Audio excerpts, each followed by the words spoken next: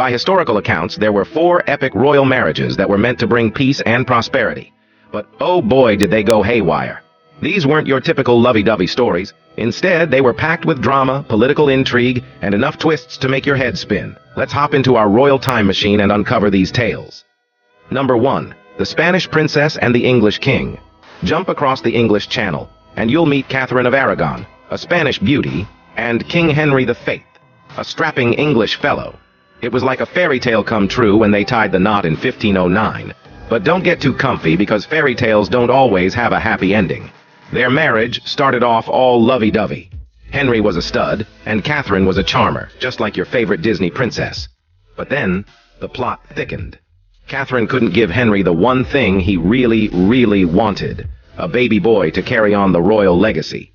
Sure, they had kids, but all except one, Princess Mary, didn't make it past babyhood.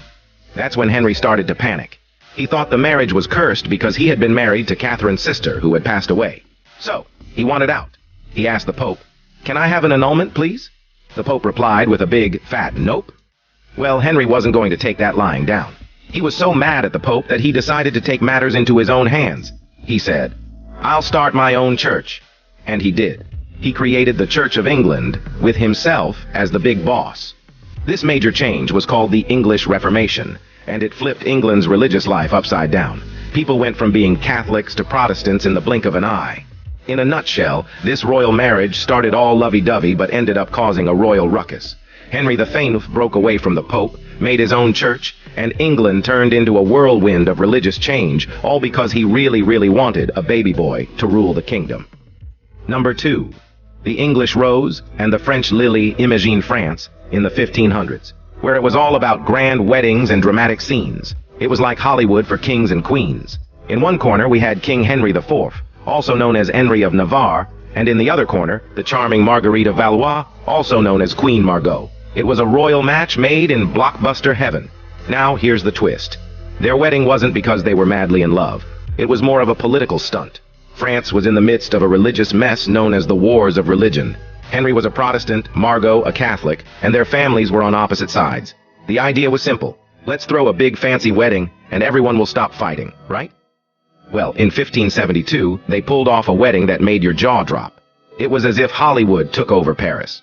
After the confetti settled, people thought, yay, peace. But hold your horses, because peace was just a cameo appearance in this movie. A few days later, things got ugly. A bunch of important Protestants who had come to mostly Catholic Paris for the wedding were killed. Now, Queen Catherine de' Medici, the mother of King Charles the Fane, might have had a hand in it. She wasn't exactly thrilled with the marriage.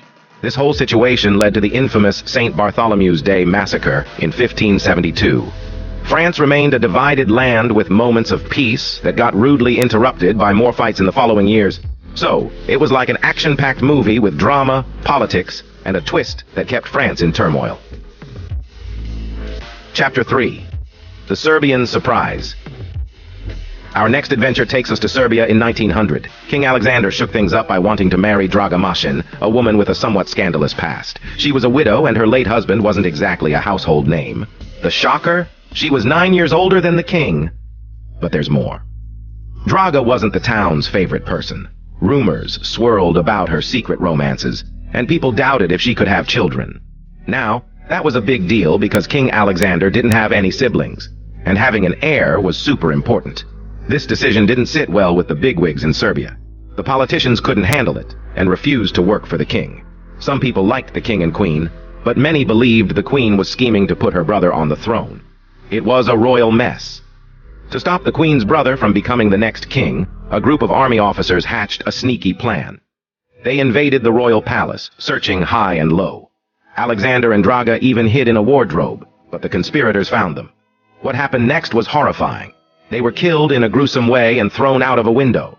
It was a tragic end for the king and queen, with Alexander being just 26 years old. Number 4. The Habsburg Headache.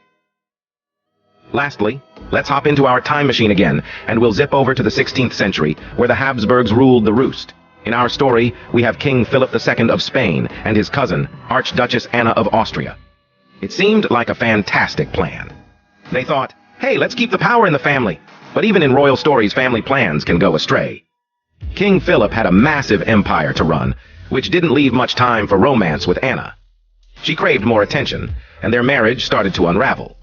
They did manage to have a son, Don Carlos, but their family story wasn't all sunshine and rainbows. Don Carlos had some health issues, which left folks wondering who would be the next ruler. When Don Carlos eventually passed away, the line of succession got all tangled up. King Philip's successor wasn't a direct descendant, it was his half-nephew, Philip III. When he took the throne, he inherited an empire that was in shambles. Spain's glory days began to fade, marking the start of its Spanish decline as a major European power. So this royal marriage, meant to make the Habsburgs even mightier, accidentally played a part in Spain's fall from grace. Which of these epic royal alliances do you find most tragic? Share your thoughts and be sure to like, comment, and subscribe for more incredible stories.